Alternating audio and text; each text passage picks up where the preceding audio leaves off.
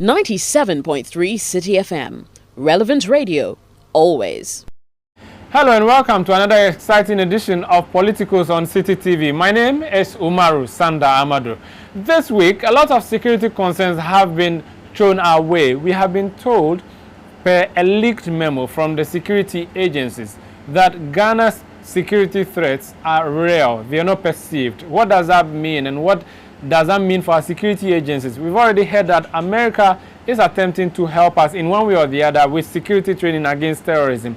We'll explore that issue shortly. Also, the Electoral Commission is still in the news this time around for having a new logo. Should that be the Electoral Commission's biggest concern a few months to an election? And should we as Ghanaians even be worried that an Electoral Commission is creating a new logo? What are the odds against this new logo? We'll be finding out.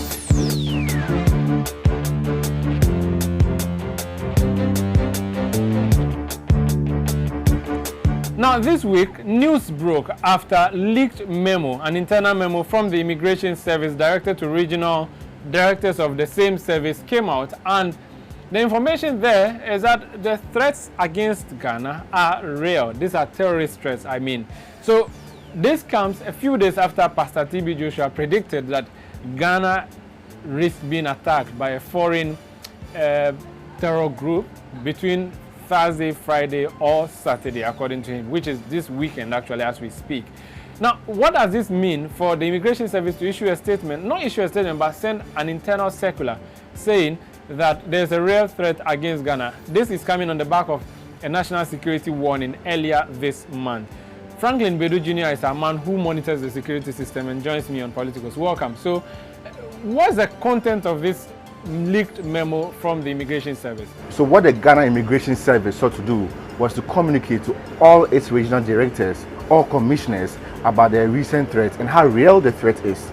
The new information we had, or what was contained in the memo, suggested that a prime suspect in the Grand Bassam attacks in Ivory Coast had told investigators during a debriefing session that they intended to attack Ghana and Togo. And that's the attack in Ivory Coast by the Al-Qaeda in the Islamic Al-Qaeda in the Islamic Maghreb. So they are saying that the suspect arrested in that crime is confessing to having plans for Ghana. Confessing that the group, that's the Al-Qaeda in the Islamic Maghreb, intends to attack Ghana and Togo. And their reasons for attacking Ghana is that there's a strong perception out there that the AQIM only attacks Francophone countries. So attacking Ghana will erase that perception that they only attack Francophone countries. So in that particular memo, it is also stated that some countries have been listed as high-risk countries. That includes Niger, and that also includes Libya and Mali. So what specifically is the memo instructing regional commanders to do?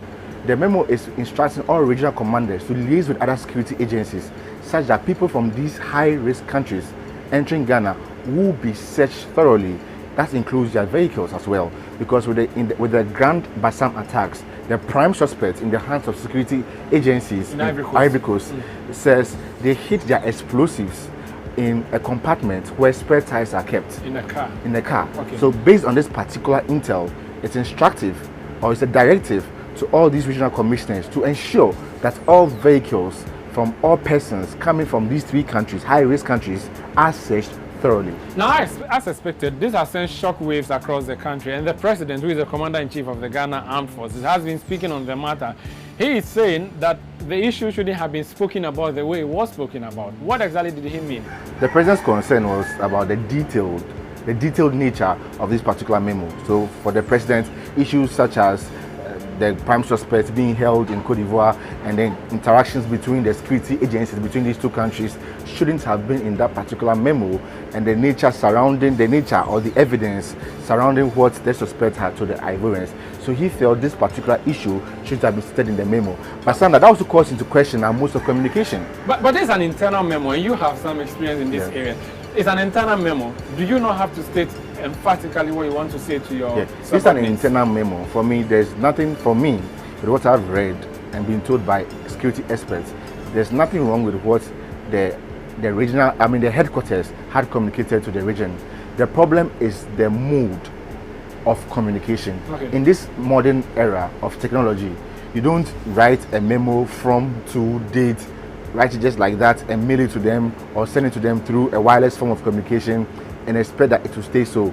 There should be some security features to every form of communication, such that after reading them, it becomes very difficult to access or duplicate. And that is lacking in this? That's lacking in our system. Okay. So in our system, what happens in the public bureaucracies, where there will be a memo with from, to, date, and subject, is the same thing being replicated in a sensitive security agency like the Ghana Immigration Service. I see. Very well. Thank you very much. Franklin Bedu Jr. is a man who is watching the security situation in the country. So we have been told now that the threat against Ghana, terror threat for that matter, is real and not perceived.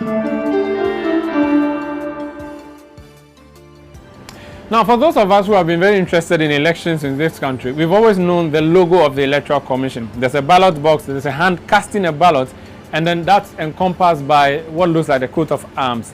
But this week, the Electoral Commission held a workshop, and at that workshop, the material that was distributed didn't bear that emblem. So this made journalists want to inquire as to whether there's been a change of logo for the Electoral Commission, and they said yes, they had actually planned, or they are planning to change the logo of the EC, which will be launched later this month. This has generated a lot of debate both on social media and on traditional media. What is the content of this new logo and why is it generating so much anxiety?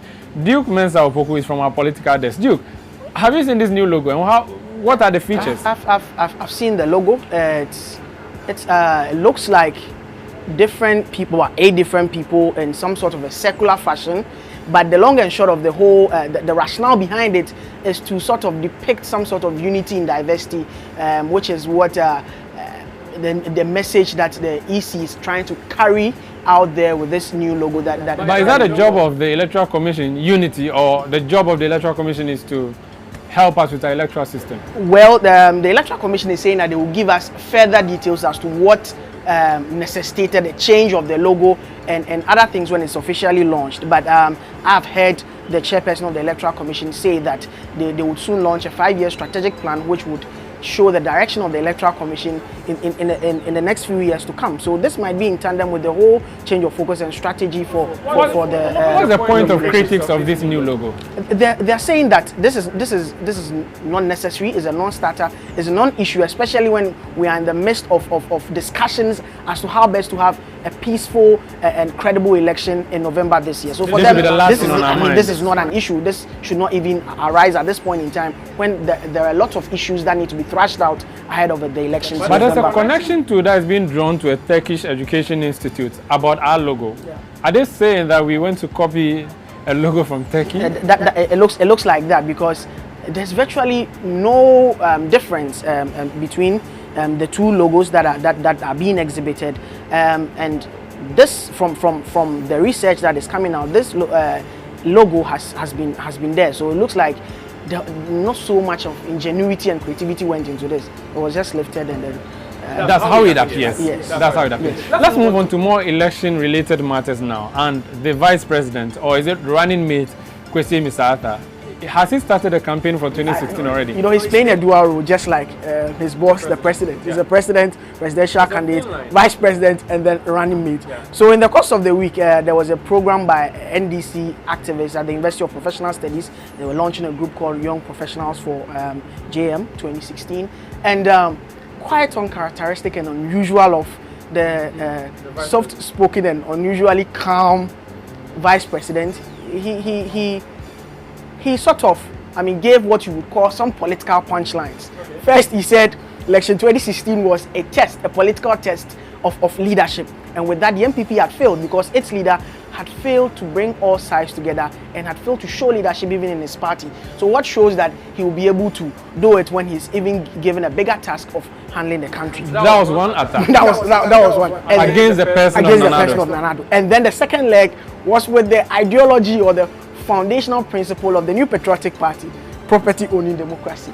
There he was saying that is an ideology of self-centeredness and that the MPP thinks about itself and how to acquire properties as against the NDC's mantra of trying to create opportunities for all, which to him are two extremes, and then Ghanaians should be able to decipher between decipher the two and then stick with the NDC because that was the best choice for them. But of course, the NPP has not taken kindly to that. Just a day or so after that, at the launch of their Donate for Change campaign, which is a fundraising platform, Nana Addo said that the appointments under this government are puzzling and bizarre. And a lot of the appointments that have been made by President Mahama actually lacks merit, and that is why this country is suffering. So he has the men. He has the right caliber of men to govern the country if he is elected. Thank you very much, Duke. Duke Mensah Opoku is from Citi FM's newsroom. But that's how we end today's edition of Politicos on Citi TV. My name is Umaru Sanda Amadu. Do catch us next week for another exciting edition of this same show.